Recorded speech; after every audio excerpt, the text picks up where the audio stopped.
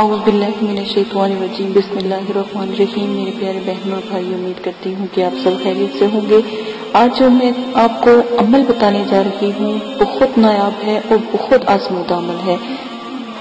ایک بات یاد رکھیں، عمل کرنے سے پہلے آپ 5 وقت کا نمازی ہونا لازم ہے۔ نماز ہمیشہ قائم کرتے رہیں، کیونکہ ایسا نہ ہو کہ آپ کی نماز پڑھ ہی جائے۔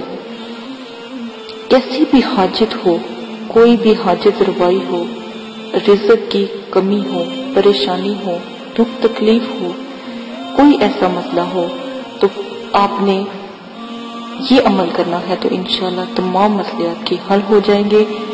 ظہر، مغرب، عشاء کے فرض پڑھنے کے بعد سجدے میں جا کر اول آخر درود ابراہیمی 3 مرتبہ اور یا ذوالجلال والاکرام یا ذوالجلال والاکرام پڑھیں، اور پڑھ کر جو بھی دعا مانگیں گے الحمدللہ آپ کی وہ دعا پوری ہوگی۔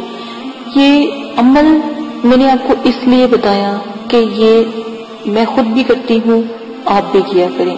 ظاہر ہے میں بھی انسان ہوں، مجھے بھی اللہ پاک کے نایاب عملوں کی ضرورت پڑ جاتی ہے، تو آپ بھی ضرور کیا کریں۔